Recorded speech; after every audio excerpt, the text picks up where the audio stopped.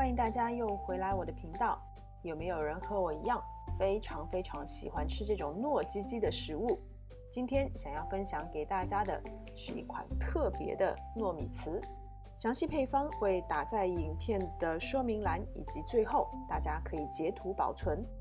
先将屏幕上方所打出的所有的食材全部混合拌匀。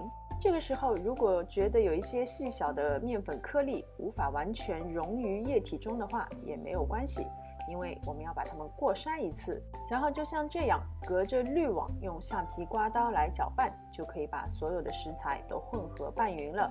接着覆盖保鲜膜，放进已经煮滚水的蒸锅内，大火蒸25分钟。面糊在蒸的时候，我们来处理一下砂糖橘。首先当然是去皮，这个配方一共可以做7个糯米糍，所以我准备了7个砂糖橘。去了皮以后，这些白色的经络是可以吃的，所以是要去除还是保留，就看你个人喜欢。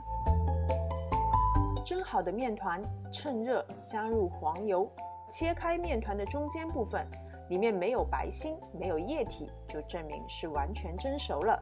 因为这个时候的面团非常烫手，所以我们就先用橡皮刮刀把它们拌匀。一开始可能你会觉得这个黄油无法完全融入面团中，只要继续不停地搅拌，很快黄油就会被面团吸收。等到面团不那么烫熟以后，就把它移到案板上，用手来操作会更加方便。案板上要提前铺保鲜纸或者是硅胶垫，也要记得戴一次性的塑料手套防粘。一直揉到面团具有非常好的延展性，我们就可以开始拿来包馅了。把面团平均分成7等份，每一份大概是48克左右。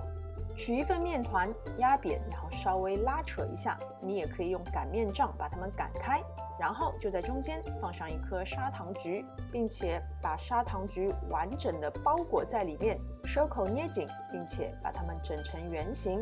全程记得要戴一次性的塑料手套来操作。接着再在表面裹上干椰丝，一个个白白胖胖很可爱的砂糖橘糯米糍就完成啦。如果你吃腻了内馅是豆沙或者豆蓉之类比较甜腻的糯米糍，那么相信这样的水果糯米糍一定能让你感到很惊喜。切开以后，里面是一整个的砂糖橘哦！哇哦，这个颜值我真的是爱了，这也太好看了吧！不仅仅是好看，糯叽叽的糯米团里面包着酸酸甜甜会爆汁的砂糖橘，就算连吃2个也不会觉得腻，大家赶快试一试吧！好啦，今天的视频就到这边，非常感谢大家的观看。喜欢我的视频，请记得点赞、分享和关注我的频道。我们下次再见。